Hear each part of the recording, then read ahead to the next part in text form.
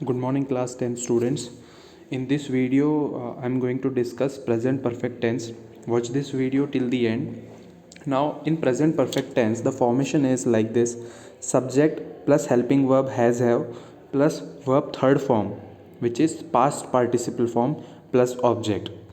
ठीक है, helping verb has और हैव का यूज़ करते हैं. अब कहाँ हैज़ और कहाँ हैव का उनको यूज़ करना है, तो उसके लिए आप इस टेबल को देखिए. We use have with I, we, you and they. These are the pronouns. And we use has with he, she, it. Also third person singular. Okay, and any name. And with have it is I, we, you, they and plural names. यहाँ पर हम has और have जो helping verb है उनका हम इस tense में यूज़ करते हैं. Now the basic thing here is that why we use this tense. हम इस टेंस का यूज़ क्यों करते हैं? Why at all we use this tense? See, if we relate it to Hindi, see, it is about we say है. हम इसको है कह सकते हैं. हैज़ और हैव को हम है से डिनोट कर सकते हैं. देखिए, मैं आपको बताता हूँ आने वाले एग्जांपल्स में. See, to talk about experiences. जब हम एक्सपीरियंसेस के बारे में बात करते हैं, I have taught English to many students. मैंने बहुत बच्चों को इंग्लिश पढ़ाई हुई है. ठीक है. सो जो हैव जो है वो यहाँ पर है की जगह पर है. Paul has visited France 4 times. So Paul has visited, Paul 4 बार फ्रांस गया हुआ है. So this is what.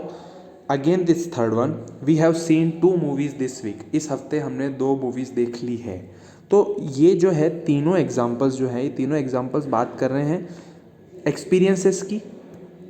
ठीक है, कि जैसे कि for example I have taught English to many students is what, this is my experience in teaching English. So अगर आप इसको ऐसे देखते हो, अगर आप इस डायग्राम्स के थ्रू अगर जाते हो अच्छे से, तो you got to know this that this is something which started in the past. ठीक है, जो कि पास्ट में कहीं स्टार्ट हुआ है, लेकिन उसका इफ़ेक्ट जो है वो आज प्रेजेंट पर कहीं ना कहीं है. ठीक है, तो इसका मतलब ये नहीं है, जैसे अगर आप इस फर्स्ट एग्जांपल को देखो, I have taught English to many students. Now that doesn't mean कि मैंने अभी इंग्लिश पढ़ाना बंद कर दिया है. मैं पढ़ा चुका हूँ, पढ़ाई हुई है. तो मैं पहले से पढ़ा रहा हूँ और अभी भी मैं कहीं ना कहीं, ये जो है ये आगे की बात नहीं कर रहा है, बट इसका जो इफ़ेक्ट है वो प्रेजेंट पर पड़ रहा है. ठीक है. उसी तरह से पॉल फ्रांस 4 बार जा चुका है.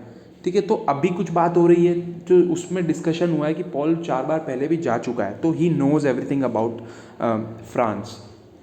ठीक है, तो उस कंट्री के बारे में पॉल को ज़्यादा नॉलेज है. This is his experience. We have seen 2 movies this week. So now the week is not over yet, and before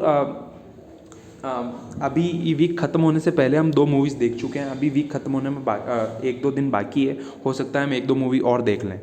तो ये क्या होता है कि जो टू टॉक अबाउट एक्सपीरियंसेस मतलब रीसेंट हैपनिंग्स, पास्ट में कहीं ना कहीं जो एक्टिविटी स्टार्ट होती है जिसका इफेक्ट जो है वो still continuing. As you can see here in the time line here I have made it कि जो इफेक्ट है वो अभी भी कहीं ना कहीं प्रेजेंट पर पड़ रहा है. ठीक है स्टूडेंट्स.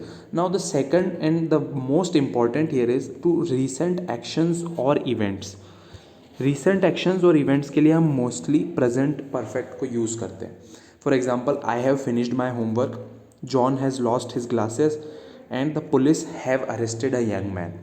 तो मैंने अपना काम कर लिया है, जॉन ने अपने ग्लासेस खो दिए हैं, पुलिस ने एक युवा व्यक्ति को अरेस्ट कर लिया है. तो ये जो तीनों चीज़ें हैं ये रीसेंट पास्ट में 1-2 दिन पहले ही या फिर अभी कुछ हफ्ते पहले ही जो घटना हो चुकी है, लेकिन उसका इफेक्ट अभी भी प्रेजेंट पर है. तो रीसेंट एक्शंस के लिए हम बात करते हैं. हम कोई एग्जैक्ट टाइमिंग यहाँ पर शो नहीं कर रखी है. Just look at this timeline here.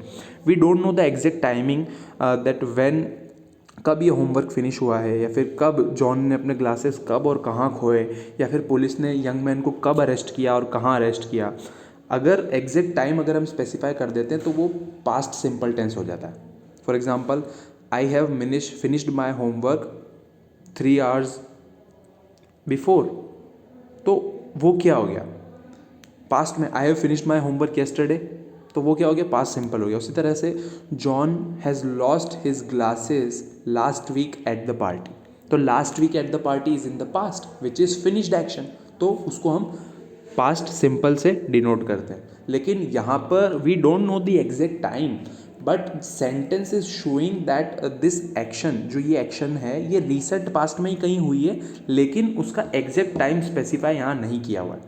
तो हम प्रेजेंट परफेक्ट का यूज़ करते हैं, जहाँ हमको एग्जैक्ट टाइम स्पेसिफाई नहीं करना. We only need to mention the purpose of the sentence, कि काम हो चुका है, या फिर जॉन अपने ग्लासेस खो चुका है, या पुलिस ने एक यंग मैन को अरेस्ट कर लिया है. That's it, nothing much. So this is all about present perfect tense in a short form. I hope you like this video. Thank you so much for listening.